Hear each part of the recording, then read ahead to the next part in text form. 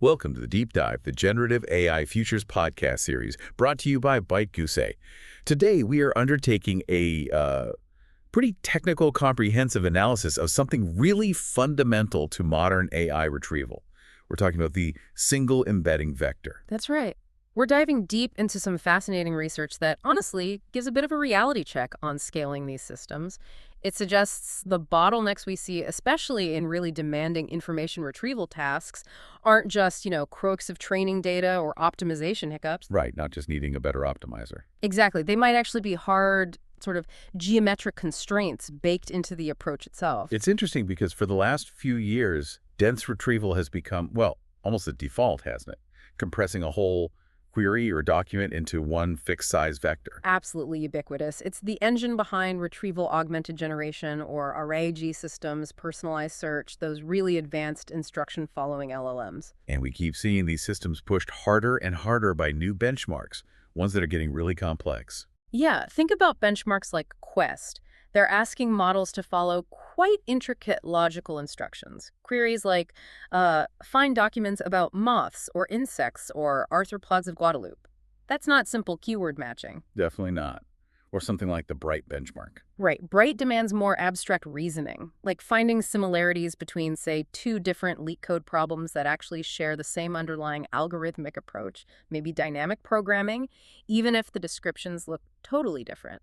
And the common thinking, the sort of default assumption, is that if our best models struggle with these, well, it's an engineering problem, right? That's the usual take. We just need a bigger transformer, maybe gather more varied data, or perhaps tweak the contrastive loss function a bit more. But the mission for this deep dive is quite different. We're here to unpack research that connects some, well, pretty established results from fields like geometric algebra and even communication complexity theory. And it reveals a potentially much more serious constraint. We're going to explore the idea that this single vector embedding architecture, the one we rely on so heavily, might have a hard theoretical limit on its capacity. A limit based purely on its dimension. Precisely, the dimension itself. This limitation suggests that certain patterns of relevance, certain combinations of what should be retrieved, might be mathematically impossible to represent perfectly, no matter how clever the training, no matter how much data you throw at it. Wow. Okay, that is a pretty staggering claim. It goes against a lot of the scale is all you need thinking. All right, let's unpack this. So maybe let's set the stage first. If we rewind the clock a bit, maybe 10 years or so, information retrieval looked quite different. Oh, completely. It was dominated by models that were fundamentally lexical. Sparse techniques were king. Like good old BM25. Exactly. BM25 is often the go-to. It ranks documents based mostly on keyword overlap, term frequency, inverse document frequency, things like that. Simple, very interpretable in its own way, but yeah, limited by the surface language. It struggled with semantics, with understanding the meaning behind the words. And then came the neural language models, the transformers. The modern approach, this dense retrieval, shifts the focus entirely. It's less about matching words and more about capturing semantic understanding. So every input, whether it's a query, let's call it we, or a document, VJ dollars, gets squashed down into this fixed size vector representation living in what, dimensional space, math beta. That's the one. And the way relevance is calculated is almost always a simple geometric operation, usually the dot product or maybe cosine similarity between the query vector and the document vector. So score is basically we let out VJ. Okay. And this shift, this move to semantics via these dense vectors, while incredibly powerful for understanding language, this is where the potential bottleneck comes in. That's the core argument of the research, yes. We've gotten so good at understanding nuance and meaning that we're now pushing these retrieval systems into tasks where relevance isn't just about semantic similarity anymore. Right, it's becoming about intricate logical connections, like in Quest, or needing specific background knowledge, or following very precise instructions. And think about the combinatorial explosion that creates. Let's say you have a corpus, a collection of NARA documents, and you define a retrieval task that requires bringing back a specific set of, say, the top Caro most relevant documents. Okay. The total number of unique possible sets of Terra documents you could choose from those dollars, well, that number grows exponentially. It's binom n choose k. And choose k. Right. That gets big fast. Incredibly fast. Yep. So when we design these sophisticated instruction-following models, what we're implicitly asking them to do is encode the potential within that single vector to satisfy any of those exponentially many possible relevance definitions. Let me try to put some numbers on that just to, make it concrete for the listener. If we have, say, just 100 documents, a tiny collection, and we want the model to be able to retrieve the correct top two, teracara or two. Okay. Bynum. That's already nearly 5,000 possible correct pairs it needs to be able to distinguish between. Almost 5,000 unique answers. And that's just 100 docs. Right. Now jump to maybe a modest enterprise knowledge base, say 10,000 documents, still want the top two. Bynum 1,000 tall, that's going to be roughly 50 million. Almost 50 million unique correct pairs, just for Curry-Tutas. And the single vector paradigm, the core architecture we use, demands that for every possible query we ocris, that one single fixed dimensional vector must hold enough information so that when you calculate its dot product against all the document vectors 5OT, it perfectly ranks the exact correct top chara set. Out of those millions, or potentially billions or trillions of possibilities for a larger N and K. It's like having one single key, the query vector, that needs to somehow unlock a very specific, unique combination of locks, the document vectors, from this enormous complex grid. So the central thesis of the research we're looking at isn't really saying current models are bad at generalizing or they haven't seen enough data. Not fundamentally. The thesis is more profound. If the task requires the system to be able to represent an exponentially growing number of unique top Kalai subsets, you will inevitably hit a point where the geometry of that dimensional space literally runs out of room. Runs out of unique configurations or locations to place the vectors to represent all those necessary relationships. Exactly. The space itself becomes saturated. And the claim is this isn't just some theoretical limit for ridiculously complex, unrealistic queries. This wall can be hit even in surprisingly simple, realistic settings. Okay, so it's not just abstract math, it has practical implications. That's the argument, yes. All right, so to really grasp this geometric wall, we need to kind of shift gears. We need to translate the retrieval problem from, a machine learning optimization task into the language of algebraic geometry. Okay, this is where it gets a bit more technical. We're moving from the concepts to the underlying mathematics that supposedly dictate these limits. Let's try and keep it flowing, make it understandable. We'll do our best. Let's start by formalizing the ideal scenario. Imagine we have the perfect answer key for our retrieval task. We call this the relevance matrix, usually denoted by $. Right, this is often called the Krell's matrix in information retrieval research. Ground truth relevance. Precisely. It's an oima times all matrix where all dollars are the number of different queries we have and nullars is the number of documents in our collection. And it's binary. All AG is $if document $, is truly relevant to query hours, and it's 0 if it's not. Simple enough. That's the target we want our system to hit. Exactly. Now, our embedding-based retrieval system, using its query vectors ALDAR as rows and document vectors as columns, generates scores. These scores form another matrix. Let's call it the score matrix. Now, these scores are typically from the dot products. Usually, yes. So dollars could be modeled as 2D VB. The crucial insight here is that the rank of this score matrix $$ tells us something fundamental. The rank of dollars essentially defines the smallest possible embedding dimension dollars that could have produced that specific set of scores. Okay. So the question becomes, what's the minimum dimension a dollar required so that the score matrix being rated by our embeddings can accurately reflect the ranking requirements laid out in our ground truth relevance matrix dollars? That's exactly the question. And the researchers formalize this minimum required dimension dollars by looking at different but related concepts of rank, specifically for these binary relevance matrices. These ranks give us a rigorous way to define what successful retrieval means geometrically. Okay, so let's walk through these different rank concepts. I see two mentioned first, text rank and a text rank. What do those mean? Let's start with row-wise order-preserving rank, or text rank. This is defined as the smallest dimension dollars such that the generated score matrix $, perfectly preserves the relative ordering specified in dollars. What does preserves the relative ordering mean in practice? It means that for any specific query $, if document $, is relevant, so AAG $, and document $, irrelevant, then the score for document $, in matrix $, that's BA must be strictly greater than the score for document telat. So BA jaw whenever AAJ $, This ensures all the relevant documents get higher scores than all the irrelevant ones for that specific query. Exactly. It guarantees that the relevant documents will naturally float to the top of the ranking if you sort by score. This is pretty much the gold standard for what we want retrieval to achieve. Makes sense. That seems like the ideal outcome. What's the second one? The thresholdable rank. Text rank. Text rank. The row-wise thresholdable rank looks at it slightly differently. It defines the minimum dimension dollar needed for the score matrix at dollars, such that for every single query dollar, you can find a specific threshold value. Let's call it TOWI. TOWI. The unique threshold for each query. Yes, a query-specific threshold TOWI that perfectly separates the scores.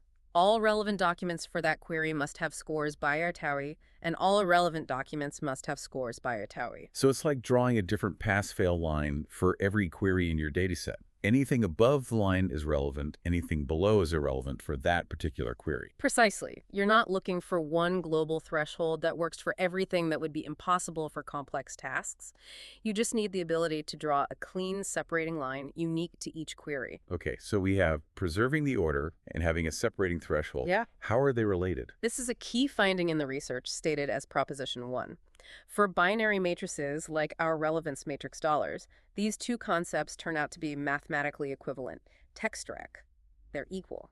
So the ability to perfectly rank relevant above irrelevant is geometrically the same as being able to draw a clean separating line for each query.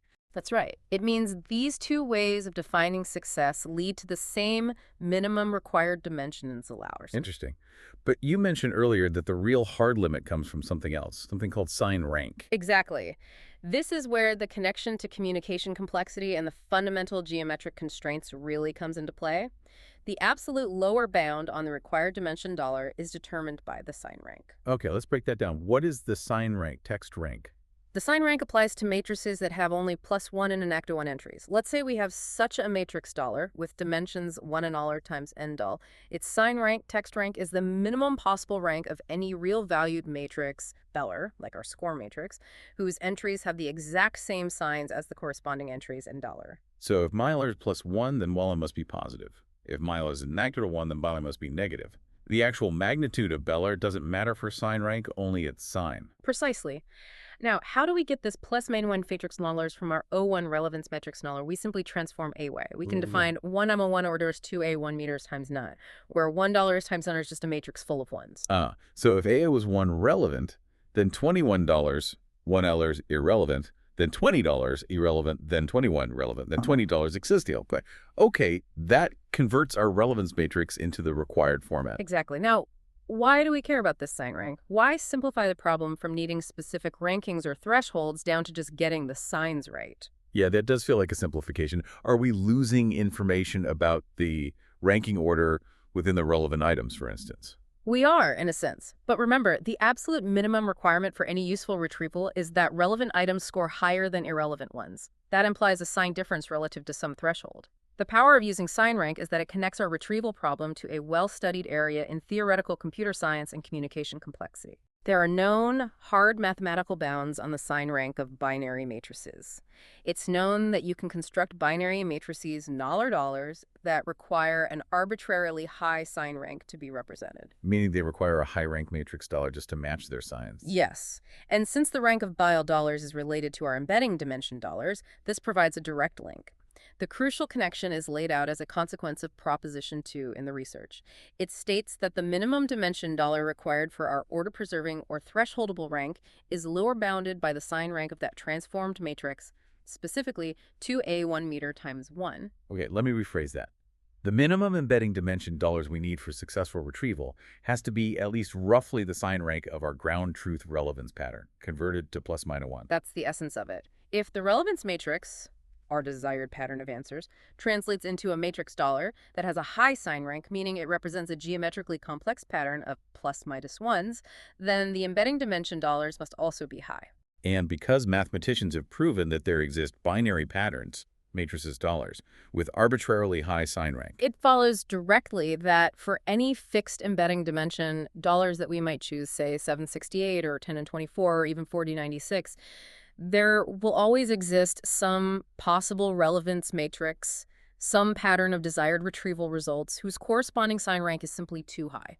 meaning it's mathematically, geometrically impossible to capture that specific relevance pattern perfectly using dollar-dimensional single-vector embeddings. Exactly. No matter how good your training data is, no matter how sophisticated your training algorithm, if the required sign rank exceeds the capacity inherent in dimension dollars, the geometry itself prevents success. The vector space just doesn't have the complexity to represent that pattern. That's the fundamental limit we were talking about at the start. It's not about training, it's about the inherent capacity of the space. Precisely. It's a property of the dimensionality itself. Okay, that's a powerful theoretical argument. The math seems solid, sign rank provides a lower bound, and sign rank can be arbitrarily high. But, theory is one thing.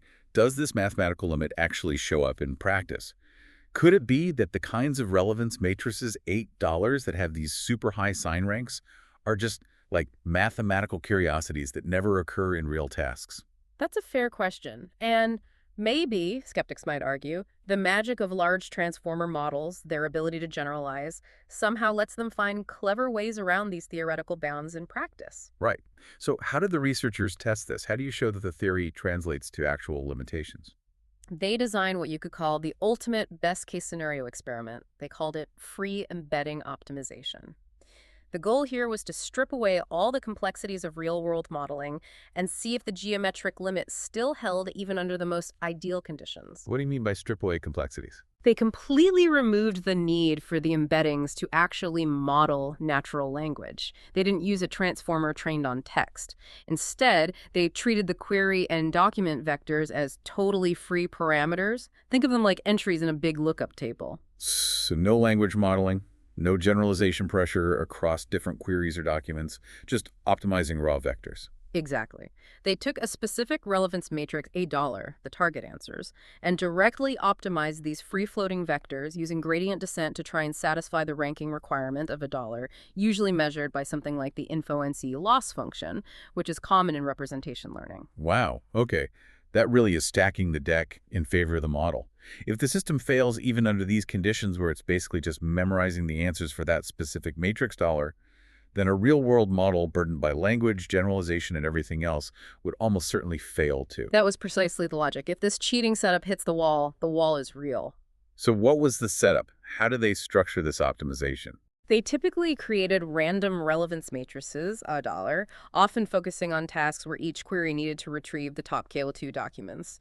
They'd fix an embedding dimension $, and then they'd gradually increase the number of documents $, in the matrix $. Okay, fixing dollars, increasing dollars, what were they looking for? They were trying to find the breaking point. They wanted to identify the critical dash. Critical dash, what exactly does that represent? Critical dash, for a given dimension and a top K value, like tip TTS, is the maximum number of documents $, for which the optimization process can successfully learn to represent all possible top KL combinations within that set of documents and achieve essentially 100% retrieval accuracy. So if you have documents, there are binom possible top K sets.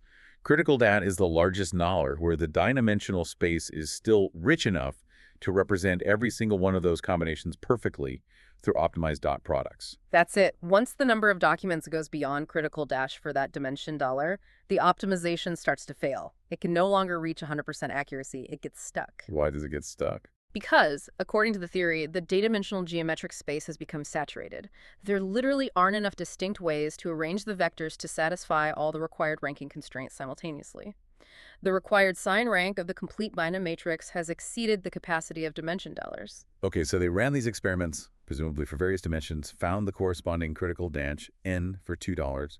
What did the relationship look like? Did higher dimensions allow for larger? Yes, absolutely. As you increase the dimension dollars, the capacity of the space increases and the critical dash value goes up.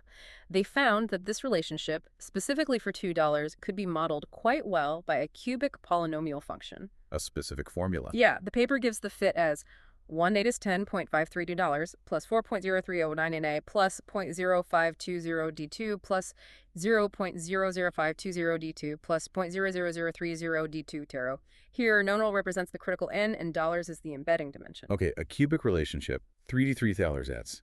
That suggests capacity grows reasonably fast with dimension, but maybe not fast enough.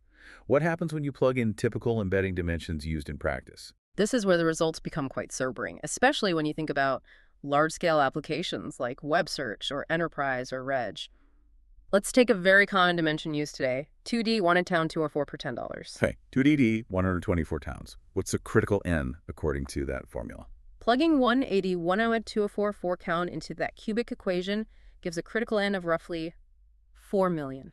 4 million documents. That's it. 4 million documents. That's the estimated maximum number of documents for which a 1,024-dimensional embedding space, even under perfect optimization with no language constraints, can guarantee to represent all possible top 2 retrieval combinations. Wow. So if your document collection has 5 million items, your standard 124-dimensional single-vector embedding system is mathematically guaranteed to fail on some potential top 2 queries simply because the geometry runs out of room. That's the implication of this empirical curve, yes. Even when the system is just acting like a perfect lookup table, it hits a capacity limit surprisingly early for tasks requiring dense combinatorial representation. That has huge implications for, say, RAG systems in large companies. Many internal knowledge bases are easily larger than 4 million documents. Absolutely. Now, what if we try to push the dimension higher? Say we go for a much larger, more expensive embedding dimension, maybe 4 Gara 967s. Okay, quadrupling the dimension. That's a significant increase in storage cost, computational cost for dot products, everything. What does that buy us in terms of critical N? Plugging WinED, 4 together 9s and 6 5s into the formula, the estimated critical engine jumps up to about 250 million documents. 250 million. Okay, that's a lot bigger than 4 million, definitely. Right. But how does 250 million compare to real-world scales? It sounds large in isolation, but you have to contextualize it. Global web search deals with trillions of documents. Even large, specialized search engines within platforms might handle billions of items. So even quadrupling our dimension to a pretty hefty 4296, which comes with significant practical costs, still leaves us orders of magnitude short of being able to represent all possible top 2 combinations needed for truly global web scale. That's what the extrapolation suggests, orders of magnitude short. So this empirical result, the critical N curve, really seems to confirm the theoretical limitation. Even in the absolute best-case scenario, single-vector embeddings just don't have the geometric capacity to handle the combinatorial complexity required by very large-scale retrieval, especially if the task requires distinguishing between many specific subsets. It strongly suggests that the limitation is fundamental. The cost-benefit trade-off becomes very clear for anyone designing these generative AI systems. If you choose a common, efficient dimension like 11068 Ordea dollars, you need to be aware that you are inherently limiting your system's ability to handle complex relevance patterns as soon as your corpus size gets reasonably large, maybe even just a few 100,000 documents, depending on the complexity, the value, etc. And increasing DAL helps, but it costs a lot more, and you still hit a wall eventually far short of universal scale. Exactly. It pushes the wall back, but doesn't remove it. Okay, so the theory points to a fundamental limit based on dimension, dollar, and sign rank. And the free embedding optimization experiments show this limit appears even under ideal non-language conditions, defining that critical endpoint. Right. But the next logical step is crucial. Do actual state-of-the-art transformer-based embedding models trained on real language actually hit this wall in practice, or do they somehow avoid it? That's the million-dollar question, isn't it? Because maybe the kinds of relevance patterns needed in real benchmarks are just simpler. Maybe they don't actually require the high sign rank complexity that the theory warns about. Yeah, how do existing academic benchmarks look from this perspective? Do they push these limits? Generally, no. And it's mostly due to the sheer difficulty and cost of creating the ground truth data, the CRELs. Take Quest again. It has a corpus of maybe hundreds of thousands of documents. Okay. The total number of possible unique top 20 document sets you could theoretically ask for from that corpus is astronomical. The paper cites it as $7 1 times 10 9. 71 followed by 90 zeros. That's just mind-bogglingly huge. Right. More possibilities than particles in the observable universe by a lot. And yet, how many actual queries, how many specific top 20 sets does the Quest benchmark actually test? I think the outline mentioned only around 3,357 queries. Exactly. It samples an absolutely minuscule fraction, essentially 0% of the total possible relevance combination space. So by only testing this tiny sliver, the models are never really forced to confront those potentially hard geometric cases.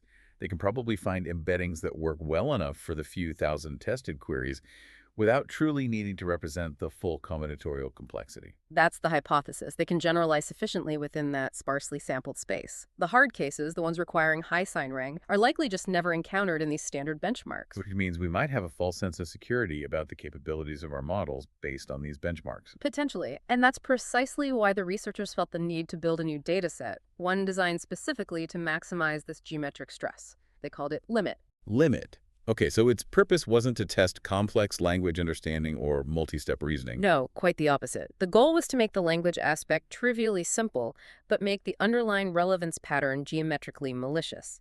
Limit was designed explicitly to test all possible relevance combinations for a small, manageable set of documents, forcing dense retrievers into that high sign rank geometrically constrained environment. Interesting. So how did they construct it? You said a small number of documents? Very small for the core evaluation set, yes. They used only one N466 documents. 46. That sounds tiny. Why 46 specifically? It's tied to the total to retrieval task again. If you calculate 46 choose 2, you get 1,035. Ah, okay. So there are 1,035 unique possible pairs of documents you could choose from those 46. Exactly. And the researchers then created just over 1,000 queries for this set. By doing this, they ensured their query set covered essentially every single one of those 1,035 unique top 2 combinations. There was no sparse sampling here. They forced the model to confront the full combinatorial space for N46 tux KGH22. And what were the queries and documents like? You said the language was simple. Extremely simple. Queries were basic natural language questions like, who likes X? And the 46 documents were just short descriptions listing attributes, things like John Durbin likes quokkas and apples, or Sarah Lee likes mangoes and programming. So finding the right document, based on the query who likes apples, is trivial from a language perspective. Any decent model should get that. Absolutely. The difficulty isn't in understanding the words. The difficulty lies in the fact that the model's single embedding vector for the who likes apples query needs to produce scores that correctly rank the John Durbin document and maybe one other apple liker higher than the other 44 documents. And it needs to do this simultaneously for over 1,000 other queries, each demanding a different, specific pair of documents be ranked highest. It's forced to draw over 1,000 distinct, precise boundaries in that dimensional embedding space, using only 46 document vectors. That sounds geometrically challenging. That's exactly the point. It's designed to maximize the geometric stress, the sign rank requirement. Now, they embedded these 46 core documents within a much larger corpus of 50,000 distractor documents to make the retrieval task non-trivial in terms of scale, too. Okay, so they have this geometrically challenging task embedded in a realistically sized pool. What happened when they tested actual state-of-the-art models on it? Models like commercial ones, say Gemini Embed, or top academic ones like GridLM or EFI Mistral? The results were stark. The empirical failure was immediate and quite severe.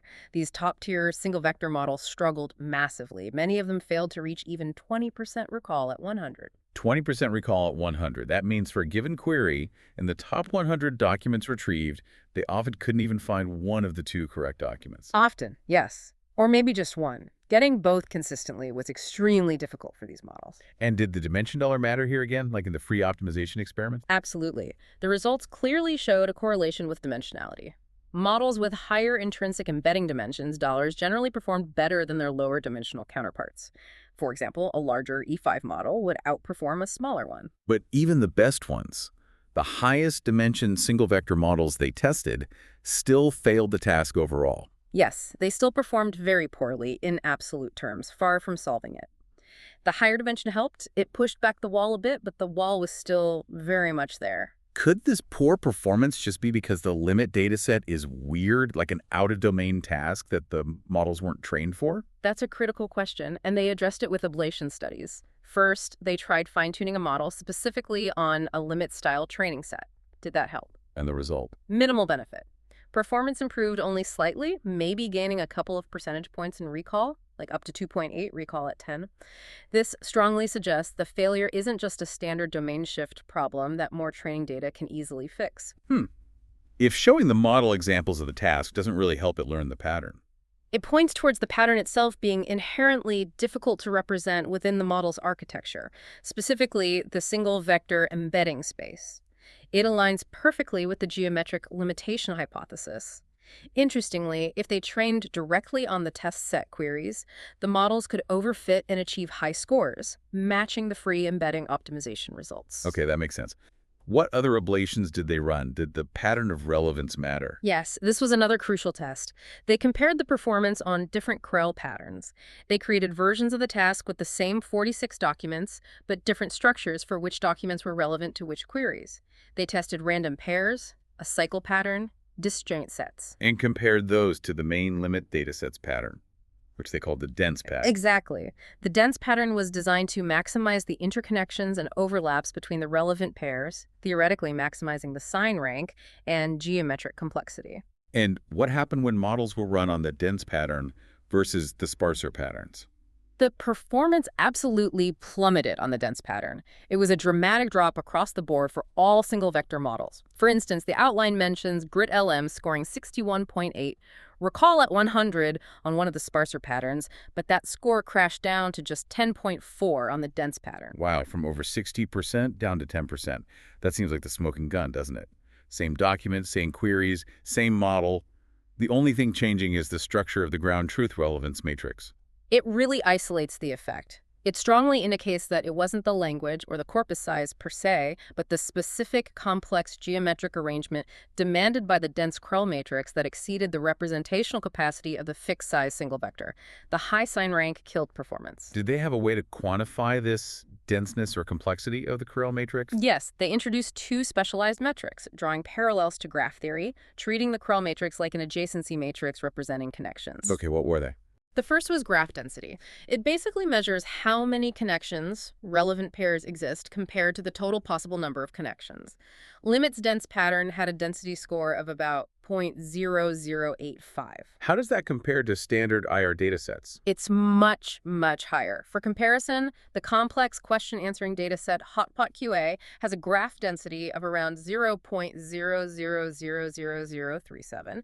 So limit is orders of magnitude denser in its relevance structure. Forcing the vectors into much tighter, more constrained geometric configurations. Okay. And the second metric? The second was average query strength.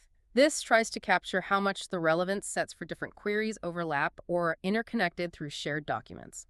A high score means queries are fighting over the same documents, increasing the geometric tension. And how did limit compare here? Again, exponentially higher than typical benchmarks. The instruction following benchmark, FollowWire Core 17, has an average query strength of about 0.59.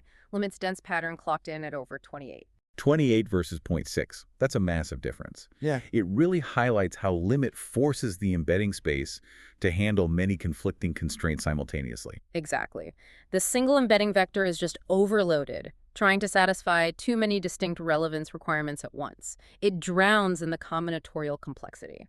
So wrapping up this section, the empirical failure of even the best state-of-the-art dense retrieval models on the deceptively simple limit dataset really serves as strong practical validation for the theoretical sign rank limitation.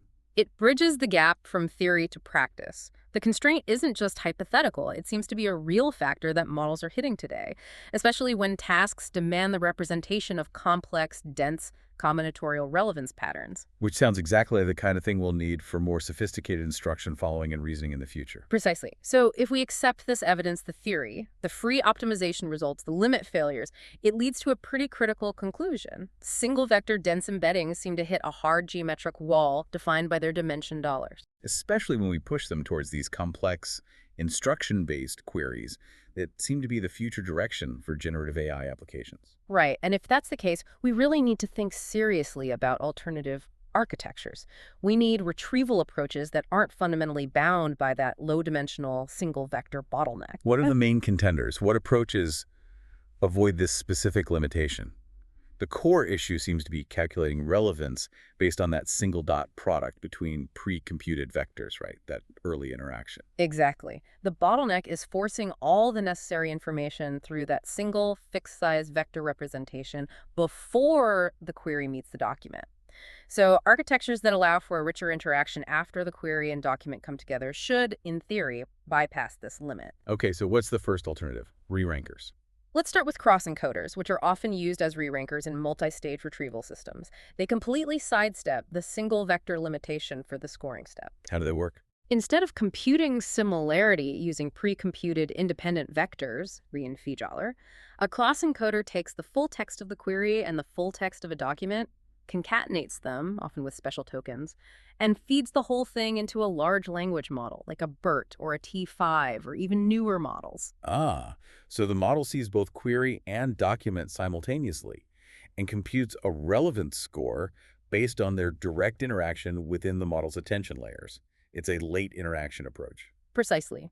The relevance score comes from the output of this combined processing. Because it uses the full power of the transformer over the complete text pair, it's not constrained by needing to compress everything into a low-dimensional vector beforehand. And we saw proof of this working on the limit dataset, didn't we? Yes, that was a key result. The outline mentions that a powerful long-context re-ranker model, Gemini 2.5 Pro, was able to solve the small limit task, the N46 version, with 100% accuracy. How did it manage that? It likely processed all 46 documents concatenated with the query in a single massive forward pass, leveraging its large context window. By seeing everything together, it could easily perform the simple logical task required by limit without being hampered by embedding capacity. And that's really important because it proves the limit task itself isn't inherently impossible. It's logically trivial for a powerful enough model. Exactly. The failure of the single vector models wasn't because the task was too hard. It was purely because their representational architecture, the single load vector, lacked the capacity. The cross-encoder, free from that geometric straitjacket, solved it easily. So why don't we just use cross-encoders for all retrieval then? The limitation is purely computational cost. Running a full forward path of a large language model for every single document in your corpus for every single query is just computationally infeasible at scale. Right. If you have billions of documents, you can't afford to do that billion times per query. Not for the initial retrieval stage, no way. That's why they're typically used only for re-ranking a small set of promising candidates retrieved by a faster first-stage method.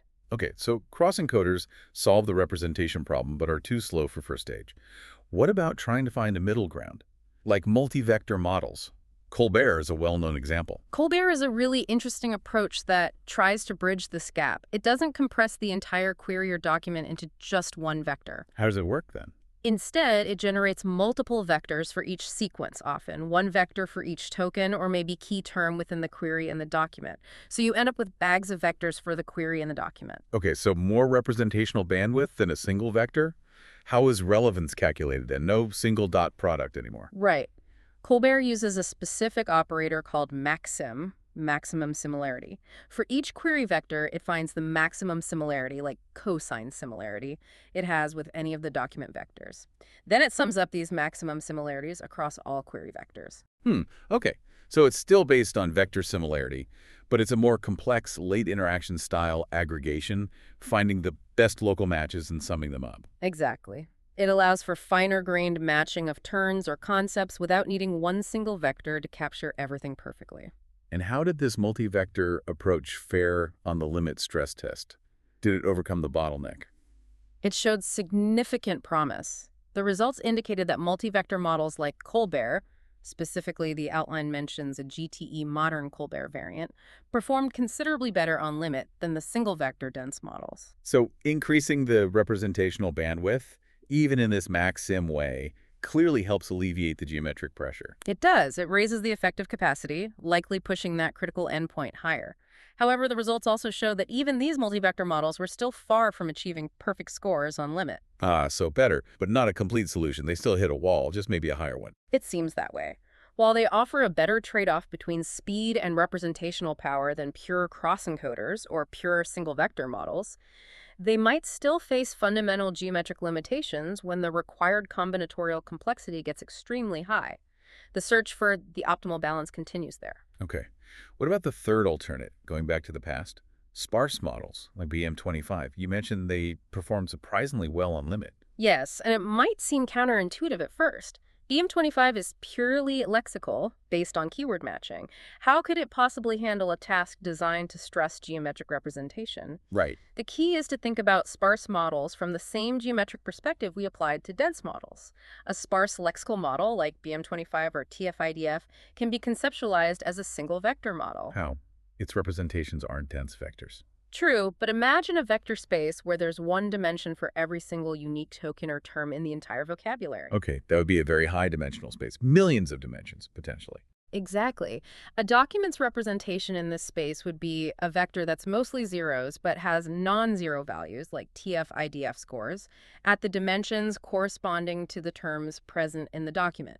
It's a sparse vector, but it lives in this ultra-high dimensional space. Ah, I see. So from a geometric capacity standpoint, sparse models effectively have an enormous embedding dimension dollars. That's the crucial insight. Their effective dimensionality dollars is astronomically high compared to the 768 or 124 dimensions we use for dense retrieval. And because their dollars is so incredibly high. Their capacity to encode complex relevance patterns, their theoretical sign rank limit, is effectively unbound for tasks at the scale of the limit dataset, with only 46 core documents. There's just so much geometric room in that high dimensional space. So it's not surprising then that BM25 scored close to perfectly on limit. Not when viewed through this lens. It completely avoids the low-dimensional bottleneck that plagues dense retrieval simply by operating in a vastly higher dimensional space. That's fascinating. Kind of flips the narrative. But it raises a huge question for the future, doesn't it? Absolutely. We know BM25 and sparse models excel when there's good keyword overlap.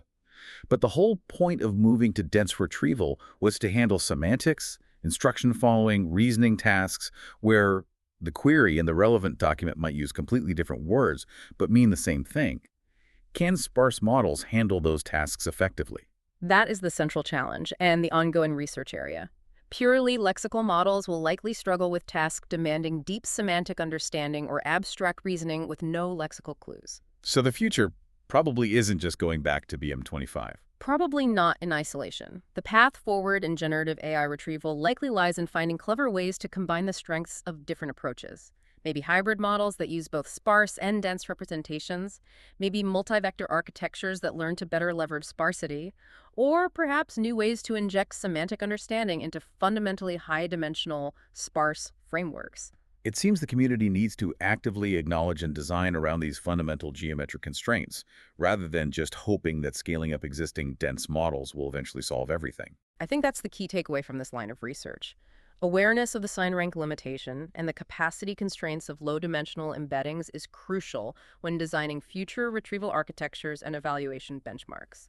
Hashtag tag tag prep tag outro. All right, so this deep dive into the theoretical and empirical limits of dense retrieval really gives us a lot to think about. It provides a critical grounding, I think, for anyone involved in building these next-generation AI systems. Just to recap the main finding. The core takeaway is that the standard single-vector embedding approach, while powerful, faces a hard geometric constraint.